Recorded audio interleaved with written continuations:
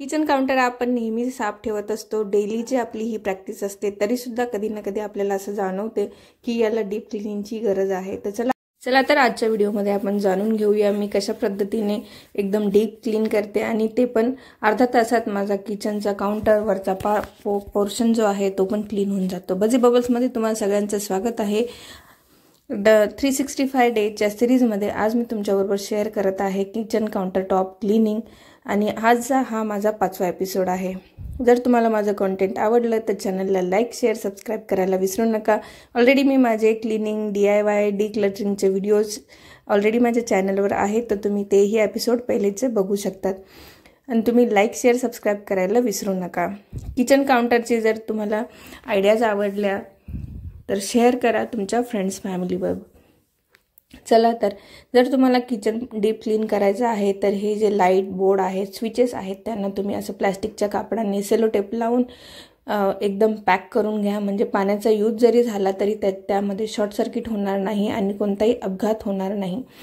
इथे मी घेतलेला आहे लिक्विड डिटर्जंट पाण्यामध्ये टाकून आणि आपण जे स्क्रब वापरतो, घासणी वापरतो भांडे घासायला वगैरे, तेच मी इथे वापरलं आहे। याच्याने काय होतं की जे शिंतडे उडालेले असतात किंवा ऑइलचे किंवा ग्रीसचे जे डाग असतात ते फटाफट निघून जातात आणि जो फोडणी दिल्यानंतरचा जो तेलकटपणा आहे तो पण जो पटकनी निघून जातो। आपल्याला घडी पुसायची गरज राहत नाही। डायरेक्ट मी इथे काय करते, लिक्विड डिटर्जंटने घासूनच घेते, जेणेकरून इथे माझे पूर्ण वरतीपर्यंत टाईल्स लागलेले आहे किचनला, त्यामुळे बऱ्यापैकी इझी होणार आणि हे जो मध्ये गॅप आहे त्यामध्ये पण बऱ्यापैकी घाण साचून जाते।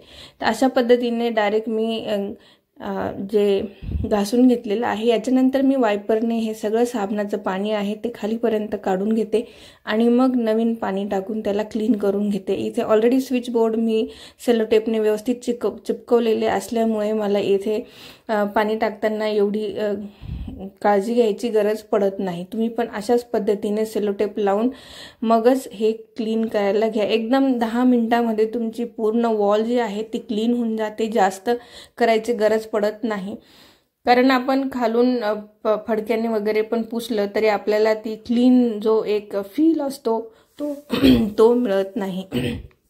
क्लीनिंग डिक्लटरिंग रेग्युलर करणे का गरजेचे आहे? Recently me declutter your mind हे बुक जे आहे ते रीड करत आहे आणि त्याच्यातला खूप काही गोष्टी मला खूप चांगल्या वाटल्या। बरेचदा काय होतं की आपण जसं घर साफ करतो पण परत आपल्या घराला जाळे येतात, त्या प्रकारे आपण आपलं मन कितीही पॉझिटिव्ह ठेवायचा प्रयत्न केला, आपले विचार कितीही पॉझिटिव्ह ठेवायचा प्रयत्न केला तरी सुद्धा ते आपल्याला परत निगेटिव्हिटीकडे घेऊन जातात। आपलं थॉट प्रोसेस, आपली जी विचार करण्याची शक्ती प्रणाली आहे तीच अशी की आपल्याला पहिल्यांदा भीती वाटते प्रत्येक गोष्टीची की हे कसं होईल, हे बरोबर झालं नाही तर काय होईल, आणि आपण त्या विचारांमध्ये गुंगून जातो। तर ही निगेटिव्हिटी जी आहे ती आपल्यावर खूप जास्त इफेक्ट करते।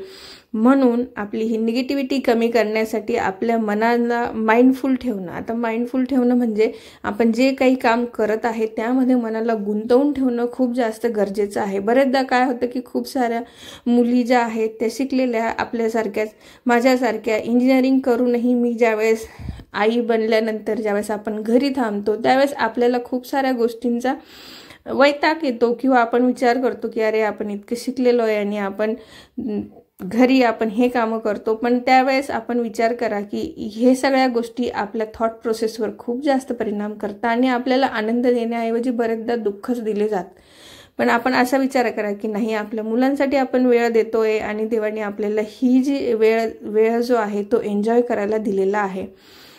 तर हा जो माइंडफुलनेस आहे तोच आपल्याला मनाचा वाढवायचा आहे आणि बरेचदा ही cleaning process, declutter process, DIY, मी नेहमीच म्हणते की DIY माझ्यासाठी एक थेरपीसारखं काम करतं, कारण तुम्ही पूर्ण वेळ, पूर्ण कॉन्सन्ट्रेशन तुम्ही तुमच्या कामात देताय। यापेक्षा माइंडफुलनेस दुसरा कोणताच असू शकत नाही। हे बघा, हे किचनचे काउंटर जे आहेत, बॅक टू किचन काउंटर, हा जो गॅप असतो तो सगळ्यात जास्त TDS आणि तिथे जास्त घाण साचून जाते। हे बघा, तर याला असं मस्तपैकी घासून घ्या, घासल्याने फटाफट सगळ्या कामं होतात आणि क्लिनिंग जे आहे, जो आउटपुट जे आहे, जो रिझल्ट जो आहे तो एकदम 100% एकदम नव्या किचनसारखा येतो. म्हणून मला नेहमीच ही प्रोसेस आवडते की एकदा घासून घ्या, पाणी टाकून घ्या आणि क्लीन करा. हे वायपर जे आहे ते तुम्ही जरूर यूज करा. वायपर खूप जास्त मदतीचं आहे आणि त्याच्याने मेन म्हणजे कोणतेच डाग राहत नाही. ही पूर्ण पाणी निघून जातं. आपण ट्रेडिशनल फडक्याने पुसतो, पण फडक्याचे डाग पडतात आणि वाळायलाही वेळ लागतो. त्याऐवजी तुम्ही डायरेक्ट वायपर यूज करा आणि पूर्ण पाणी जे आहे ते फटकन निघून जातं आणि आपला किचन काउंटर ड्राय होतो. हा जो कॉर्नरचा असतो पोर्शन, त्याच्यात पण आपण तेलाची बाटली, तेलाचे किटल्या, दुसऱ्या गोष्टी ठेवत असतो. त्यामुळे तो कॉर्नर जो आहे तो पण जास्त घाण होतो, तर त्याला थोडासा वेळ लागतो घासायला. बाकी तर तुमचं किचन काउंटर जे आहे ते फटाफट जे आहे क्लीन होईल. हे बघा, नळ पण आपण नेहमी वापरतो आणि माझी सवय की जेव्हा मी काही भांडे वगैरे धुते तर त्यावेळेस नळांवरून पण पाणी टाकून घेते. ही जी सवय आहे ती मला नेहमीच उपयोगी पडते.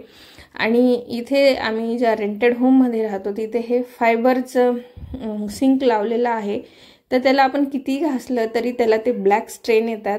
छान दिसत नाही, पण त्याला ऑप्शन नाही. पण तुमच्याजवळ जर स्टीलचा बेसिन लावलेला असेल तर त्याला तुम्ही असं घासलं तरी एकदम चकाचक होऊन जातं. अशा पद्धतीने मी माझा काउंटर टॉप जो आहे मस्तपैकी क्लीन करून घेतलाय.